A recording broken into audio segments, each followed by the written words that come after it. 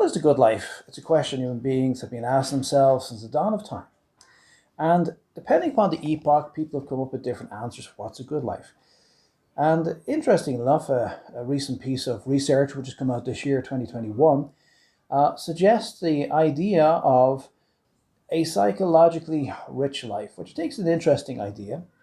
The paper, A Psychologically Rich Life Beyond Happiness and Meaning by Oshie S. and Westgate E.C., comes with an interesting suggestion. They mention that the Aristotelian ideas of hedonism and eudaimonic lifestyle have been put up before as the two most important aspects of looking for a good life, which is hedonism, which is life is for pleasure and fun, which is probably what most people are after in our modern society. And the second is eudaimonic. Okay, that's eudaimonic, which is a useful or purposeful life. But what the authors of this research suggest, and it's an interesting point, is that well, what you do if your life ain't much fun, and what you do if your life maybe isn't that purposeful. Is your life still uh, important? Is it still meaningful? Is it still joyful? Is the real goal of life to either have pleasure or to have meaning, or are there some other ways of approaching life? And I think what's interesting about the paper is that they are suggesting that what's also important and what works out quite well is what they call a psychologically rich life. So I'll just read a little bit of the extract here. They say here in their overview, unlike happy or meaningful lives, psychologically rich lives are best characterized by a variety of interesting and perspective changing experiences. In other words, a psychologically rich life is a life that has a lot of things happening. And it's not necessarily joyful, and it's not necessarily super meaningful. It's like a lot of things are happening to you. And let's explore it a little bit further. Furthermore, we propose that the predictors of a psychologically rich life were different from those of a happy life or a meaningful life, and report evidence suggesting that people leading psychologically rich lives tend to be more curious, think more holistically, and lean more politically liberal. Okay, let's go on. Together, this work moves us beyond the dichotomy of hedonic versus eudaimonic well-being, and lays the foundation for the study of psychological richness as another dimension of a good life. So they're saying that their findings are that when your life is busy with a lot of interesting things happening, challenging things happening to you, that can also be a good life. And you might say, well, what the hell is a good life? Well, I suppose you could say that our research is looking at, satisfaction levels that people have from various things, and that these people, when they're dealing with various challenges and so on, that this is also becomes a psychologically rich life. In other words, if you're having a life where you are perhaps undergoing challenges and learning things, and it's tough and it's challenging, but in the process, something good seems to be happening. When they test you psychologically, it seems that your psychological well being is actually pretty good. But you might not be in a state of fun, and you might not be in a state of fantastic meaning, you're like saving the world or something, or having great meaning, but it's like you're having great personal, intellectual, emotional involvement. And the way I would kind of think of it this way is just think of it from the point of view of if you're doing something challenging in your life, if you're learning a new skill, learning a new job, living in a new country, undergoing new experiences, often it's not super pleasurable and there might not be a whole bunch of meaning attached to it, but you feel like you're being squeezed. And in the process of being squeezed, your capacity seems to be better. Your ability to concentrate seems to be better. You gain deeper meanings and perspectives on things, and you feel kind of tighter. And the way I would like to think of it, and I'm deviating away from their research because I don't want to get stuck into their research, although I'll refer to a couple of aspects of it, um, is that it's like a spring. And if the spring is too loose, like say we're unemployed, for example, sitting around the house, we're retired watching daytime TV. If it's too loose, we tend to be, it's like we're dissipating. it's like entropy. We're losing our capacity. And if you ever had these experiences, and I've had these experiences, depending on the different things I've been doing, different jobs or lack of jobs. If you're sitting around the house, you do seem to lose capacity after a while. You become a smaller version of yourself. Then we have the opposite. The opposite is like, the instead of the spring is relaxed, the spring is very much taut. It's pulled as tight as it can. And what happens in this case is we're too stressed. So like we got 10 things to do and we got time to do two things. There's always something happening. We never get any rest and we're completely stressed out. And that's the opposite. But there's a third stage, and that third stage is you're not totally relaxed, sure, and you're not completely stressed out, but you're busy doing stuff, and the doing stuff that you're doing is might be somewhat challenging. And in the process of that challenging stuff, you become tighter and you become what you should be, which is taut. Not super loose and limp and not super tight, but taut. Just a nice level of tension, enough tension, like a chain on a bicycle or motorbike. Shouldn't be too loose. Too loose, it falls off. Shouldn't be too tight. You'll pull the gearbox of your motorbike. It should be just nice, taut, okay? And when we are in life and when a lot of things are happening and we're involved in a lot of things, we mightn't be having fun. It might be tough. And it might be super meaningful. We might have great meaning when we're not fully understanding what's happening. We don't have the answers to everything, or we're not Mother Teresa or something serving the world. But we are personally involved and we are personally directed and we are pushing ourselves and pulling ourselves to new heights. And this is what I would take out of this article is that psychological richness of life is that human beings are supposed to be challenged. Human beings are supposed to do things which are difficult and juggling things. And in the process, we become tighter, we become more efficient, we become more effective. And so if you're having challenges, and sure many of you are having challenges now with this coronavirus and so on, it's not necessarily that you can't have a good life either. Because the life that we tend to see broadcast on TV and stuff is this life of, party, party, party. Um, so, for example, we think of Dan Bilzerian, that kind of guy. That's our image of hedonistic lifestyle. That's very much being pushed in today's society. This idea of, the swimming pool, the SUVs, the gold rings, the cool pad, all of this stuff. And so obviously, that's one type of lifestyle. It's a difficult kind of lifestyle to have for most people. Most people are never going to have the lifestyle. And meaningful lifestyle can also be difficult to have because life can be confusing. But what the research here is suggesting is that you can actually be learning something, even that if life is tough and complex and challenging, it can also be quite rewarding. They say here, for example, is that a significant reason neither a happy life nor a meaningful life captures the full range of human motivation is that both happy and meaningful lives can be monotonous and repetitive. So we need something that's more challenging. And so the happy life can be repetitive. A meaningful life can also have a repetition. Um, they also say here that they also note in the study that out of the big five personality traits, the big five being conscientiousness, openness to experience, neuroticism, extroversion, and agreeableness, the people who are quite strong in openness to experience were the ones that tended to go and be more happy or satisfied when you actually profiled them or did extensive psychological tests on them. So these people who had a high level of openness to experience tended to be living psychologically rich lives. Now, why would that be so? Well, let's just think of it this way, okay? Thinking makes it so.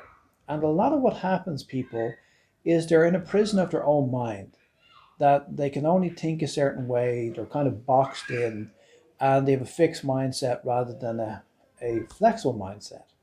And a person who's open to experience sees life as a journey and is open to whatever comes their way. And when you have this approach to life, that you're not judging it too much, and you are open to possibilities, and you're not too worried, like everything is a journey, everything is a lesson. So it doesn't necessarily have to be fun, and it doesn't necessarily have to be that you're finding amazing answers or you're doing amazing service.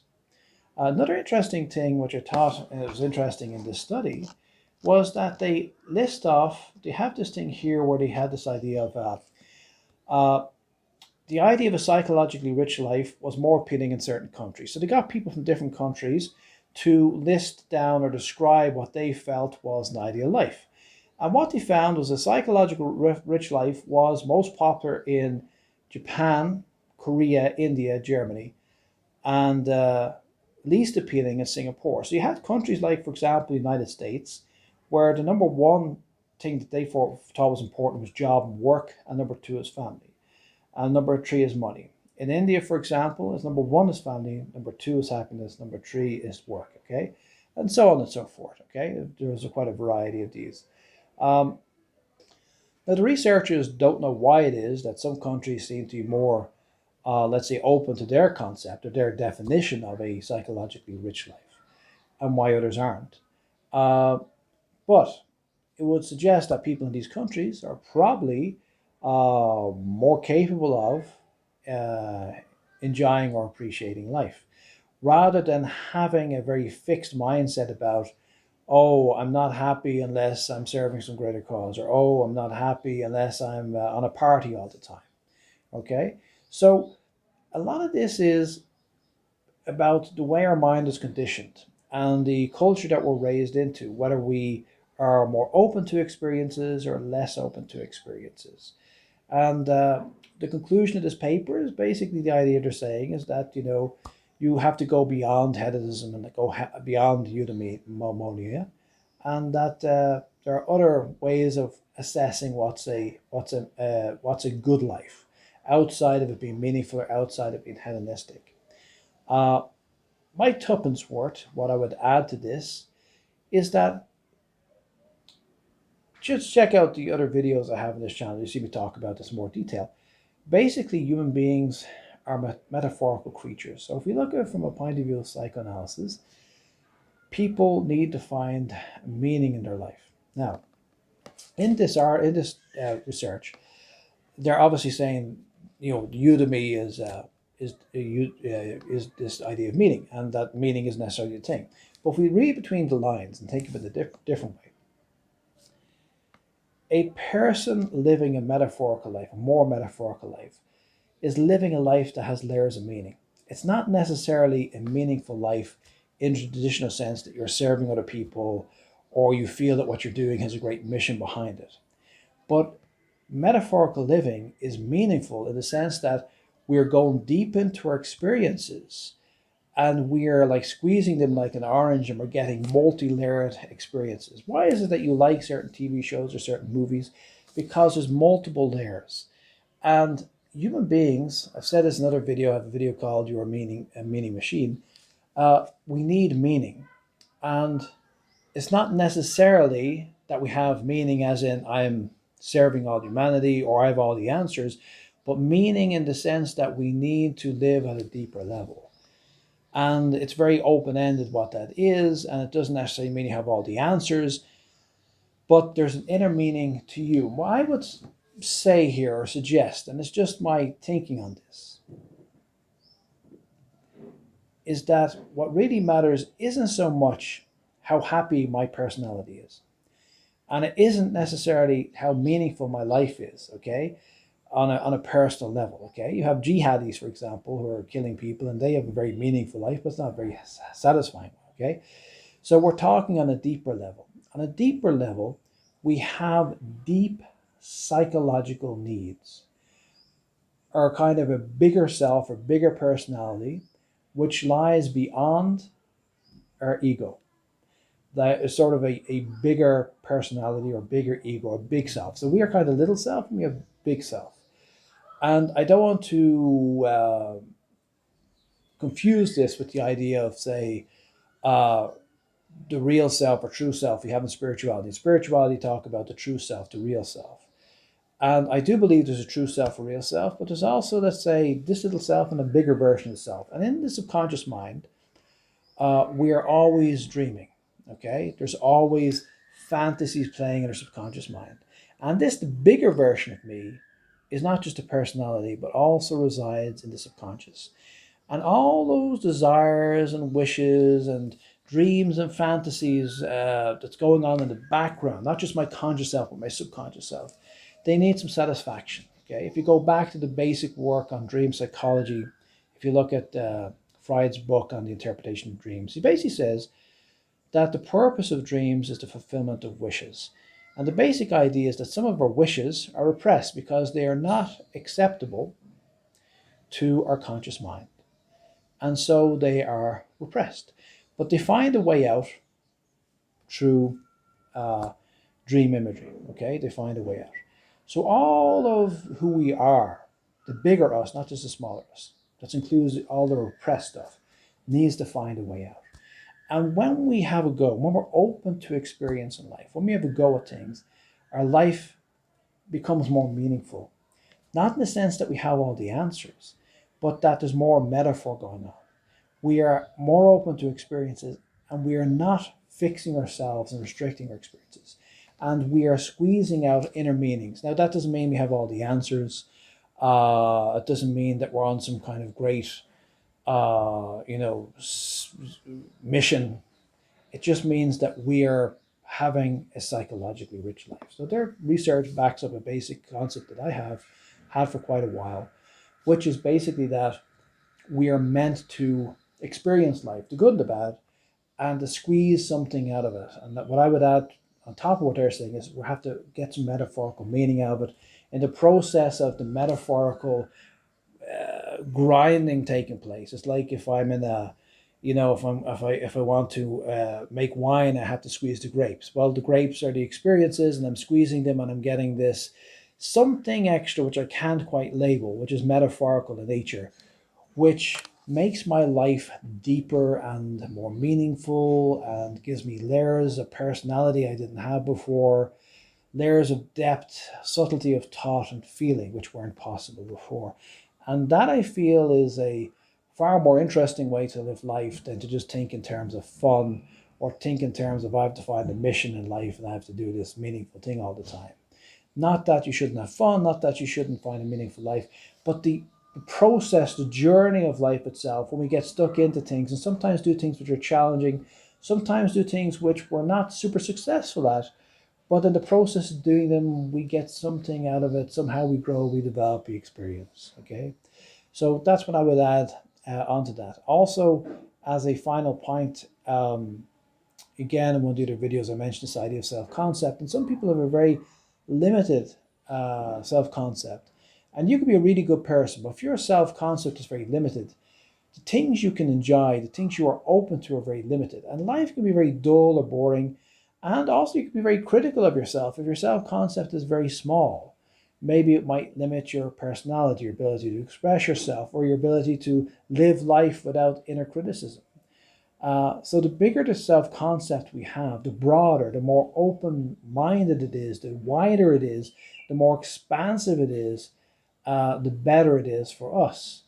Okay, so we should try and have a flexible mindset rather than a fixed mindset. We should try and broaden our self-concept and be open to experiences. And in the process of getting stuck into life, whether life is going well or not so well, every experience, you talk to, say, actors, for example. I was watching this little clip.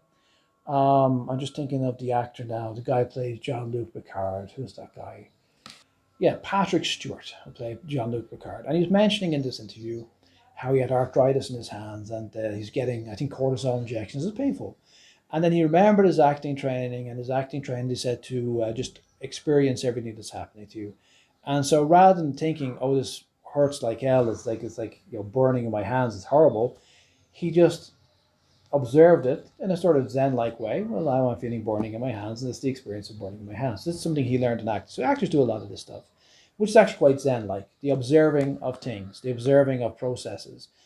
So every aspect of life, no matter what's happening, is a potential learning experience and a potential, squeezing of the grapes, as it were, to produce the wine of our life, the the essence of our experience, which can be a good life, a deepening life, as we have a psychologically rich life, whereby no matter what's happening, from birth to death, every aspect of this life is a potential enrichment if we're open to it.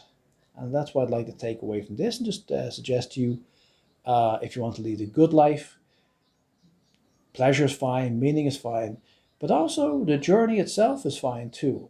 And, squeezing the experiences and getting that something out that somehow satisfies different levels of who you are, because those different subpersonalities and so on, are also expressing themselves in the process.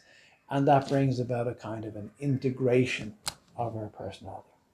It's an interesting concept, I think, and one worthy of looking at. So if you're interested in looking into that and further, it's in the APA PsychNet, the American Psychological Association website, the Psychological Rich Life Beyond Happiness and Meaning. So I think it's something worthy of thinking about. And like I said, I would add to that I personally feel that we have this metaphorical potential, and it's the metaphor. It's not the end, it's a process that adds some kind of something like special sauce to our lives. Hope you liked that video. If you do, please like and subscribe, and I'll talk to you next time.